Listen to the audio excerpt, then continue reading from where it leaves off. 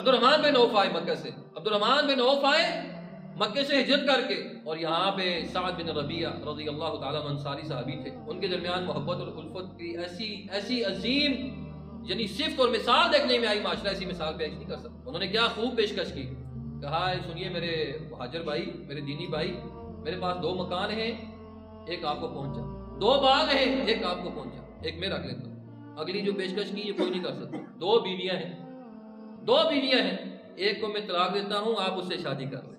اللہ اکبر، کیا ایثار، کیا محبت، کیا بھائی چارہ، اور اگلے سے وہ بھی خوددار۔